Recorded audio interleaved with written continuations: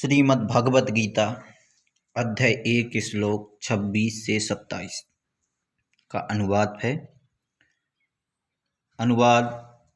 इसके बाद पथापुत्र अर्जुन ने उन दोनों ही सेनाओं में सतित ताऊ चाचों को, दादा परदादाओं को, गुरुओं को, माताओं को, भाइयों को, पुत्रों को, पौत्रों को तथा मित्रों को, ससुर को और सुचिंत को।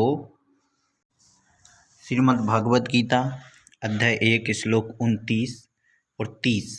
29 में पढ़ेंगे, मेरे शरीर के अंग शिथिल हुए जा रहे हैं और मुख सूखा जा रहा है तथा मेरे शरीर में कंपन एवं रोमांच हो रहा है। अध्याय 1 श्लोक 30। हाथ से गांडीव धनुष गिर रहा है और त्वचा भी बहुत जल रही है तथा मेरा मन भ्रमित सा हो रहा है तथा इसलिए मैं खड़ा रहने को समर्थ नहीं हूँ। श्रीमद् भगवद गीता अध्याय 1 श्लोक 31। अनुवाद। हे केशव, मैं लक्षणों को भी विपरीत ही देख रहा हूँ तथा युद्ध में सुजन समुदायों को मारकर कल्याण नहीं देखता। श्रीमद् भगवद गीता अध्याय 1 श्लोक 32। अनुवाद में बताया है कि हे कृष्ण, मैं ना तो विजय चाहता हूँ और ना राज्य तथा सुखों को ही।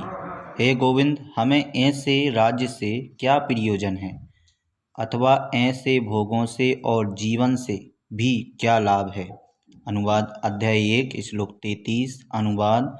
हमें जिनके लिए राज्य भोग और सुख आदि अभिष्ट हैं, वे ही ये सब धन और जीवन की आशा को त्याग कर युद्ध में खड़े हैं। श्रीमद् भगवद गीता अध्याय 1 श्लोक 34 से 35। अनुवाद है 34 का।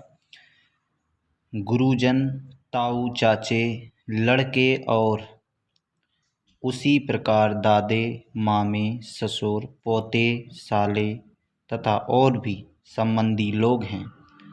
अध्याय 1 श्लोक 35।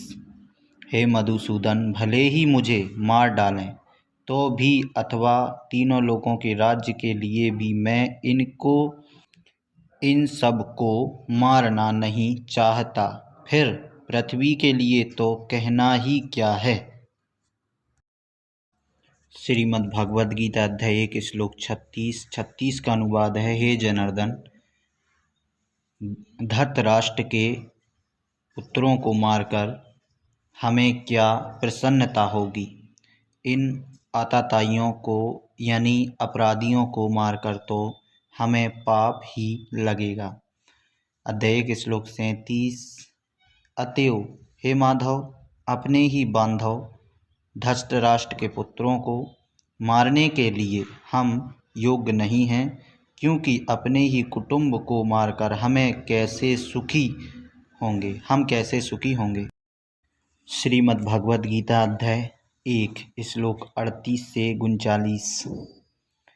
38 का अनुवाद है। यद्यपि लोग लोभ से भ्रष्टचित हुए, ये लोग कुल के नाश से उत्पन्न दोष को और मित्रों से विरोध करने में पाप को नहीं देखते, तो भी हे जनार्दन, कुल के नाश से उत्पन्न दोष को जानने वाले हम लोगों को इस पाप से हटने के लिए क्यों नहीं विचार करना चाहिए।